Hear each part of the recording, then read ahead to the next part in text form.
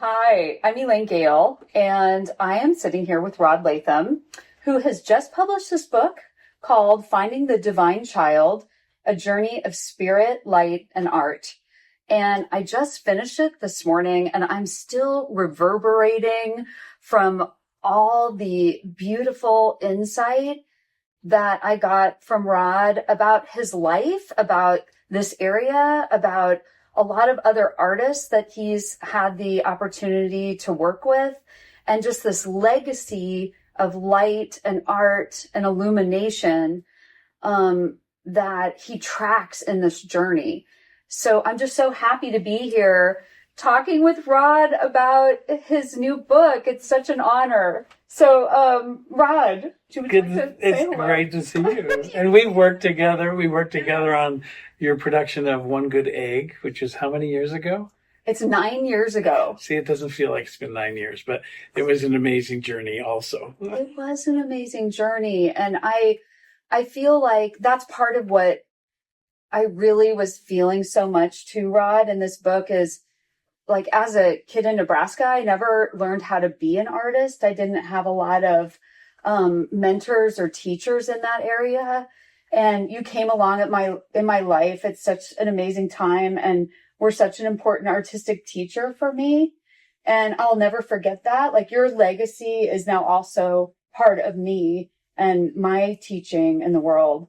So that is, we're now two yokes combined in terms of the artistic path. And you've done that with so many people. Like, you have such a legacy of teaching and inspiring and coming at projects with so much heart and spirit.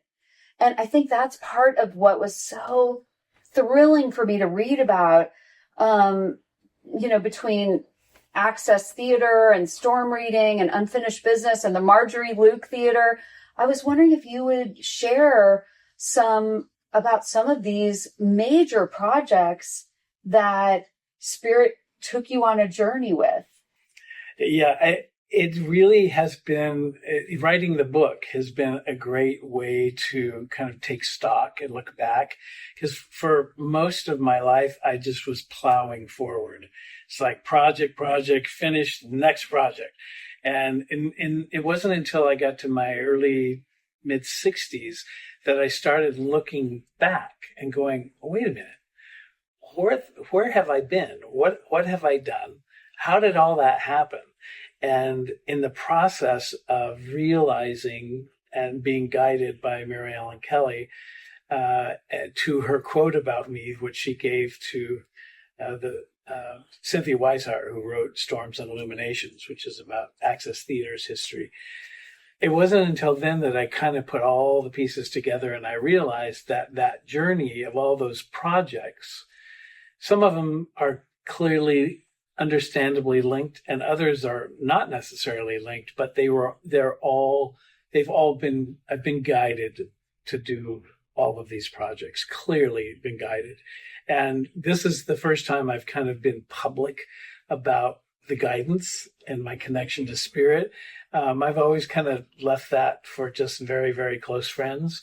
And now at this point in my life, it's like, what have I got? What do I have to lose? I have nothing to lose. Mm-hmm. I'm 68 now. I'm in the last quarter. And so I'm going to go for it, mm-hmm. and share that process. But all of those projects you mentioned, Access Theater, the Marjorie Luke, Unfinished Business, the play I wrote about my mom's passing, all totally been guided and carefully kind of laid out for me as a path, not always knowing it in the moment, but often realizing, oh, this is exactly what I'm supposed to be doing right now. Mm-hmm. And I continue to ask. I'm in constant in touch with my team, my posse, mm-hmm. my people, and it's a process of gratitude and love, constantly being grateful for their guidance.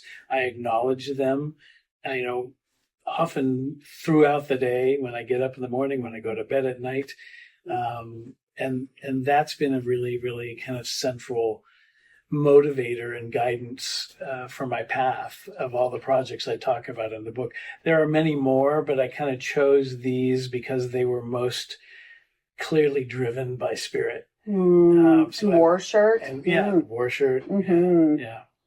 I love that. And will you talk about, you mentioned Mary Ellen, will you talk about the title, Finding the Divine Child? Yeah. And that quote. Tell us about the title. Yeah. When I was writing the book, and it flowed out of me pretty fast, it's been sitting and percolating since COVID. And it finally, just over the last year, kind of just started pouring out of me. Mm-hmm. And as I was writing it, I was thinking, okay, I've got to find the thread. What is the thread? What is the title? I have no idea. And Mary Ellen, who has been around me since her passing, and was an incredible mentor and a spiritual guide for me and like an adopted grandmother. I called her Mama Bear. She called me Roddy Bear. She came to me and she said, get the book on Access Theater, Storms and Illuminations, go to the chapter on you in the back. There's a quote from me there. Read that quote. And I'm like, okay. And I read the quote, and the quote, I'll paraphrase it, is she says, I think Rod Lathim has a divine child in him that invites the same divine child in the people around him to come out and play in the universe. And I thought, oh, thank you. Because that really summed up all of these experiences I've had, the projects I've done, the work. I don't consider any of what I've done work. I just don't. It's all been enriching life experiences. Because I'm an artist, for me, getting to create and just be an artist, whether it's sculpting with light and visual art, or writing a play, or directing, building an arts institution like the Marjorie Luke, it's all part of my mission, my journey. That's so beautiful. And I think something that really struck me too was reading the book and realizing that you went to University of Kansas and had an amazing experience there with music, right? And musical education. And then you were called back to Santa Barbara. Yeah. So hilarious, it's so interesting, this path of formal education that gets handed to people, like that's everything. And clearly there's so many ways to find education and intelligence and guidance. And I love that you followed that call. Yeah. I was a music therapy major, and I thought that's what I was going to do with my life. And I have nothing against music therapy. I think it's an amazing thing. But for me, I realized after a year and a half, it was too limiting for me. And then I had an epiphany in my dorm room at KU, and I literally saw Access Theater. And I knew I had to come home to Santa Barbara and start that project. And I did.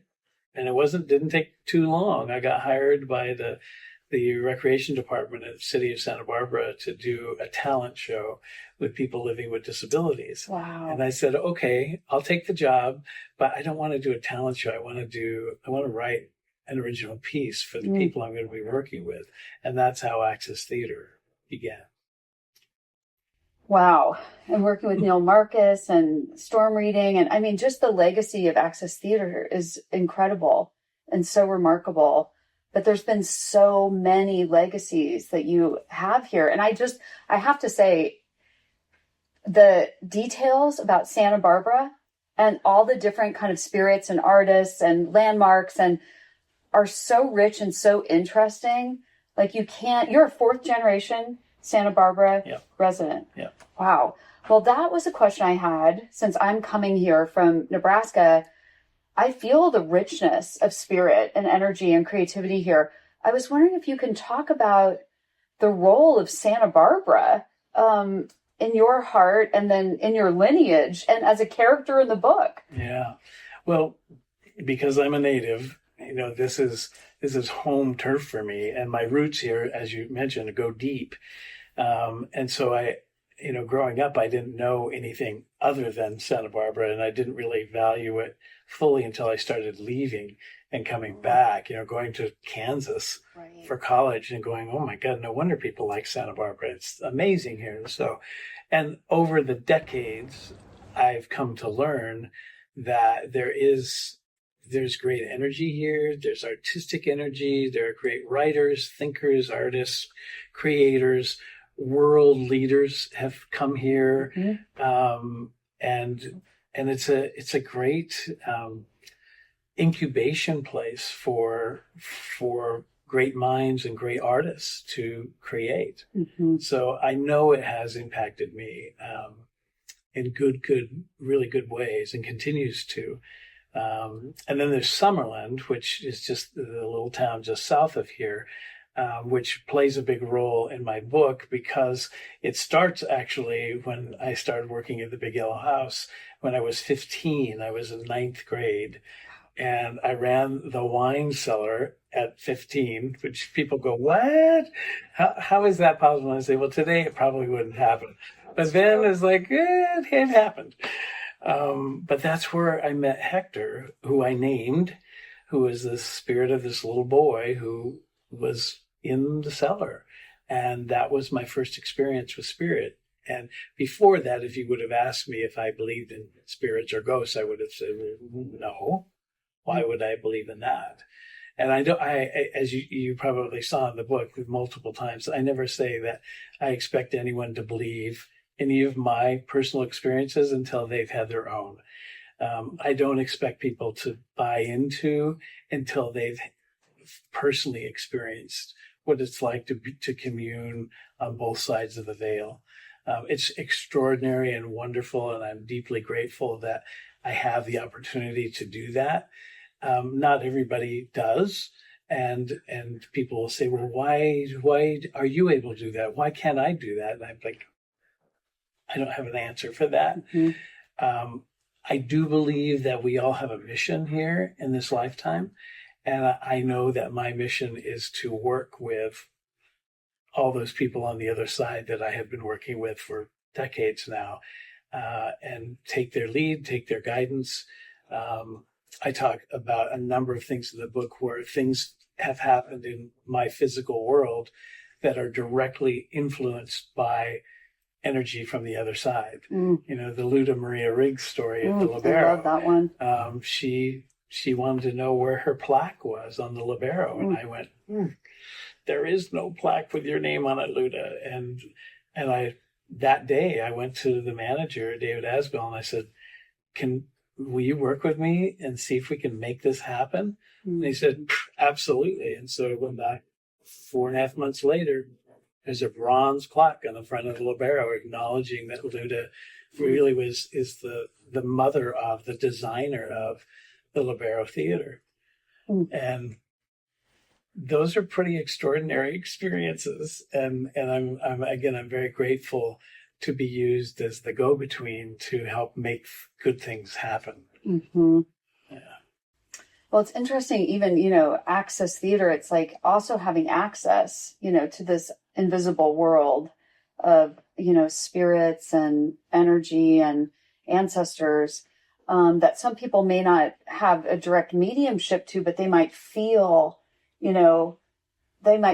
that love, and they might feel it if they, even if they don't have that kind of direct ability to see a spirit sitting in the theater like you did. And the Marjorie Luke as well. Yeah.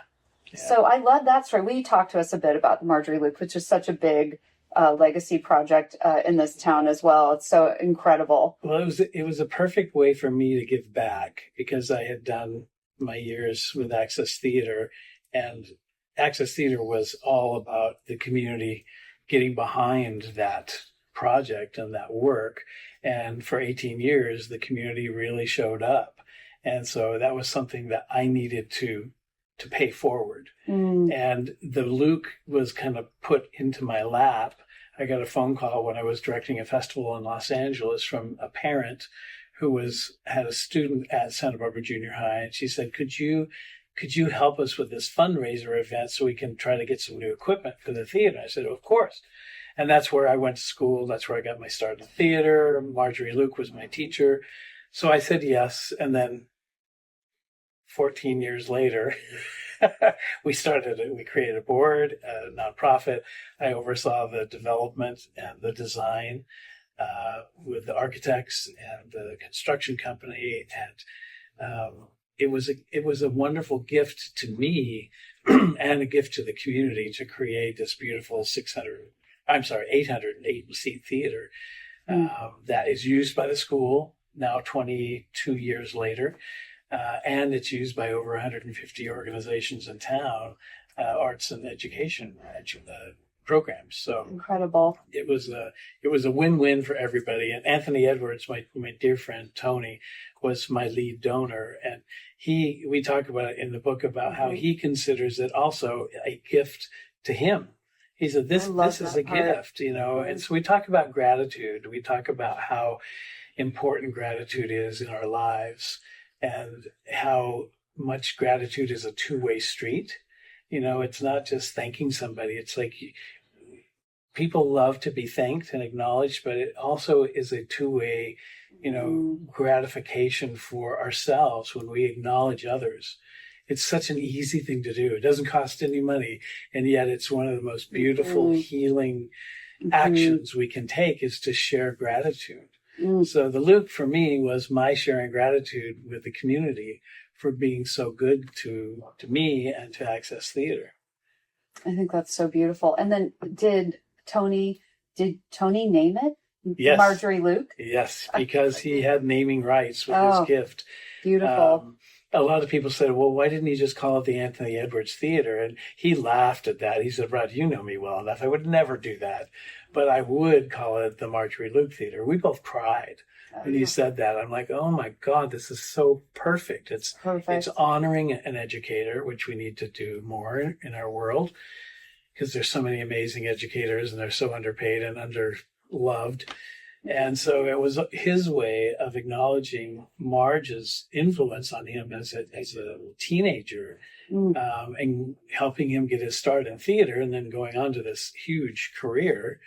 He's still working on Broadway. He's doing films. He's doing television shows. He's so inspiring. He's a great guy, and he really lives such a loving life of gratitude and acknowledgement. And the Luke, he was the lead gift that got the Luke started. So I loved reading about all of that in here. I think beyond, you're not just a Santa Barbara or regional or even a California force or artist, Rod. Like, you've also taken your work all over, including New York City, and had a big show there. And I loved reading about that, because I was in your orbit by then. I was wondering if you could talk about, it's just, to me, so interesting to watch it's like the stepping stones. We're in Rod's Zen garden right now, and there's all these stepping stones on this path. And it reminds me of that. The book reminds me of that it's like looking at this garden of his life, but through the coherence of, being at 30,000 feet and seeing the patterns. And I just was wondering if you would tell us about the turn that you took into like collage and visual art and these amazing neon pieces. Rod just had this incredible show at Art and Soul here in Santa Barbara. If you'd talk a little bit about that, and you're wearing the hat from the show. Yes, so. It was called Lit. Yeah.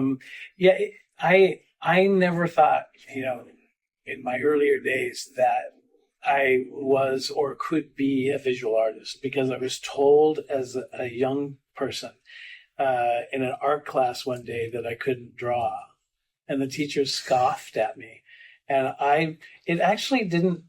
It impacted me, but I didn't like walk around moping about it. I just went, oh, well, then that's not something I can do. So I literally wrote it off.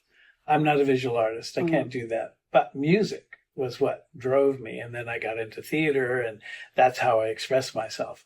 And so many, many years later, I asked Megan Mills, who was a friend that we grew up together, went to school together, and she was an amazing assemblage artist. And I asked her if I could commission her to do a piece for my dog, Emily, who had just passed. And she said, yeah, but I think you need to do it. And I said, no, I don't do that. I'm not a visual artist. I have no idea. I have no skills there. I'm a director. I'm a writer. I do live performance. She goes, no, you need to do this, Rod. And I'm like, Megan, I'm paying you to do it. She goes, no. So I really credit Megan for getting me to dip my toe in the water of visual art. And because of her motivation, and also people like Tony Askew's mentoring, I kind of discovered for the first time that I could do visual art. So I started with collage, and then I went to assemblage, and I did that for about 16, 17 years. And then that morphed as a visual artist. I think most people who are visual artists will get this. You take turns as you evolve in your art, and you find new ways to create visual things. For me, I got a commission to do a piece for the Boston Marriott Hotel, 2 large assemblage pieces for their lobby for this renovation. And it pushed me out of my comfort zone in assemblage and made me go big, and made me realize I needed to collaborate with woodworkers and metalworkers so I could create these larger pieces. And then I started getting from my team and my people, I started getting images of neon sculptures. And I'm like, whoa, hold on. I don't do that. I don't even know how that works. Let alone do I have bending glass? No, you're sending these to the wrong guy. Well, they kept sending. And I finally thought, okay, I need to look into this. Mm-hmm. And ultimately, long story short, is I realized finally, it was like one of those, ding, sculpting with light for me is like the ultimate medium, because my connection to light and energy, and the fact that I think we are all made up ultimately of light and energy first, and then, our souls and our physical bodies come from that. And I thought, thank you. Sorry, I was a little dense getting it at the beginning, but now I can't imagine not working with light. I do not. The sculpting with light that's just such a beautiful phrase. And if you haven't seen Rod's pieces, you need to go see them. And I think the thing I just love so much about you, Rod, there's so many things, but I love how you married the pieces with the light, with the writing that described what the pieces were, and the way that you titled all the pieces. It was so spiritually coherent and artistically, it had so much artistic integrity, and it was so moving, so deeply moving, the show. I hope it can come back. Yeah. And that this show Lit, which was for the month of February of this year, I knew it was coming up, and I was also working on the book at the same time. And I just kind of finally decided to launch the book at the show because they were so connected. And in writing up the descriptions, as you were talking about, of each piece, I realized how many of those pieces were very spiritually driven and motivated and literally given to me. Some of them I would get the whole image and I'd be like, oh, okay, I can make that happen. So I'd get my design tools out and start sketching, and then bending glass and making it happen. But a lot of the work is very, very spirit inspired. Well, I have a piece from you from maybe 2017. Do you think that's been that long? It could be. Yeah, somewhere in there. And I love it so much, and I get so much joy and inspiration and whimsy and fun from it. And your pieces are all very different. Yes. The one I have is very whimsical and playful, but there's so many different ones that impart a different kind of energetic. And I love the way you use deconstructed musical instruments. Did that come to you in a vision? Yeah, actually, that was inspired by a show at MoMA in New York City that I saw in, what year was it? Probably, well, it's been about 7 years ago. and it was called Picasso 3D, or actually, I called it Picasso 3D. It was Picasso's three-dimensional art, and it was a huge exhibit. I went back and saw it 4 times because I just was like a sponge soaking up his three-dimensional work. I was familiar with his paintings and drawings, but not his three-dimensional work.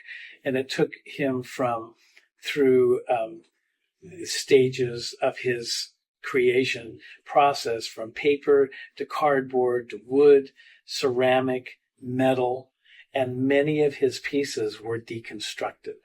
So like there was a guitar that was out of cardboard, and I just was like drawn to that cardboard pieces of guitar. And I came home from that show in New York, and it changed the way I looked at visual art, and it changed the way I created visual art. And that's when I started deconstructing instruments. I did like 4 grand pianos. I took them apart down to the last screw, and then reconstructed them. Guitars, cellos, violins. Now I'm making both deconstructed and fully realized, like I have a stand-up bass piece and a cello piece, guitars where I use the neon for the strings and explore, the vibrational elements of music and the movement, because we can't see or touch music. We can feel it, we can hear it, but you can't touch music. So creating music with light and creating what I interpret as what music would physically look like, which is vibrating strings and movement, because when I hear music, it creates movement for me. My soul moves and circles and spirals and spins, and I can do that. I can bend glass to represent that, and then use beaded neon to represent the kinetic movement of music. I love that beaded neon. Yeah, it's just it's such a magical thing. It is the perfect medium for me. Are you going to go back to theater? I will do more theater. I'm technically retired, but retirement for me means being able to say no. Oh, beautiful. And I love it, because now people will call and say, would you, I'm going, I'm sorry, no, I'm retired. And they go, oh. But when I see something that comes along that is like, oh, I have to do this, then I'm going to do it. And I talk a lot about my play Unfinished Business in the book. And that, I think, will probably be my next theatrical venture, because I really want to bring it back. I'm so excited to hear this. Yeah, it's time. I have people ask me about that piece constantly. I'm putting together potential producing partners for it. Perfect. I don't have money to just produce it from the ground up and do a run. But there are organizations in town now who are kind of lined up to be potential partners for the production. And so I'm working on that now. And once I build that foundation, I will put that show back up. And I'm getting new ideas for it as well. Oh, I love it. So I'm kind of waiting for my folks to give me some new elements for it, but I know they're coming. Oh, I mean, I'm so excited. They clearly let me know they're coming. So I'm like, okay, I'm here. Bring it on. Beautiful. I love that. Well, and I had seen a video of that from before, a production before my mom died. And so it was so beautiful to have watched that. And I think so many of us, death is a portal like that can bring up fear of the unknown. And just having that represented on stage in a way that shows this beautiful continuity of people coming back and the helping of crossing over. And it's so sweet and so moving and so profound all at the same time. I can't wait. I'm so glad that's part of your artistic journey next. That will be part of my path. Yeah. I'm working with a dear friend right now whose father is very close to moving on, and he knows it. He's in hospice now.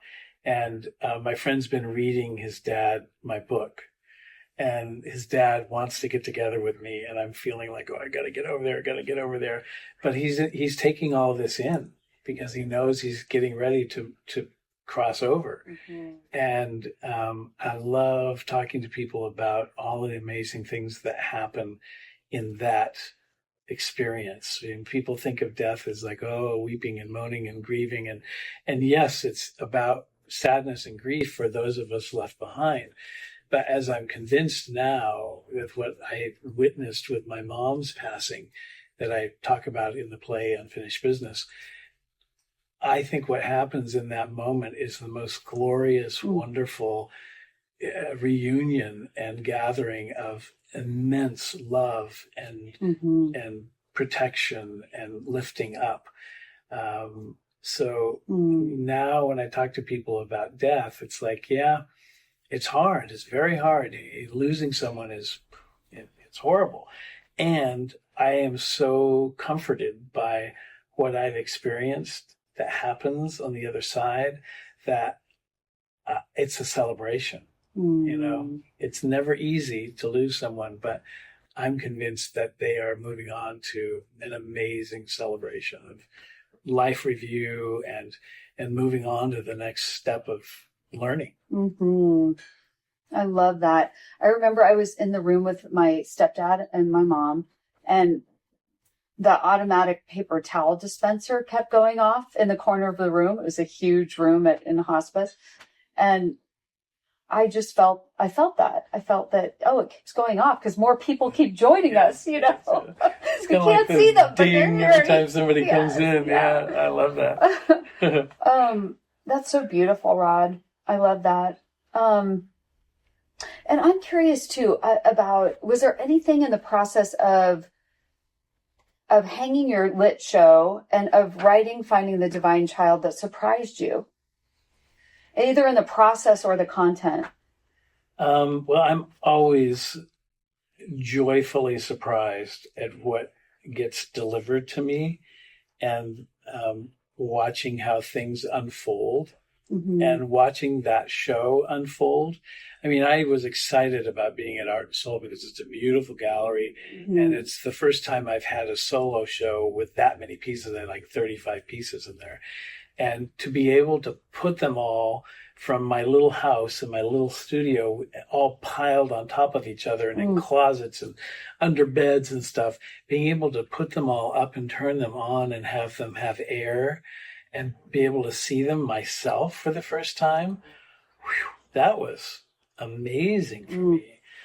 I mean, I saw pieces almost for the first time in that setting. So that was a huge gift to me. Being able to write the descriptions of the pieces was a huge gift, because it took me back to the creation process. And for me, making art is all about the process.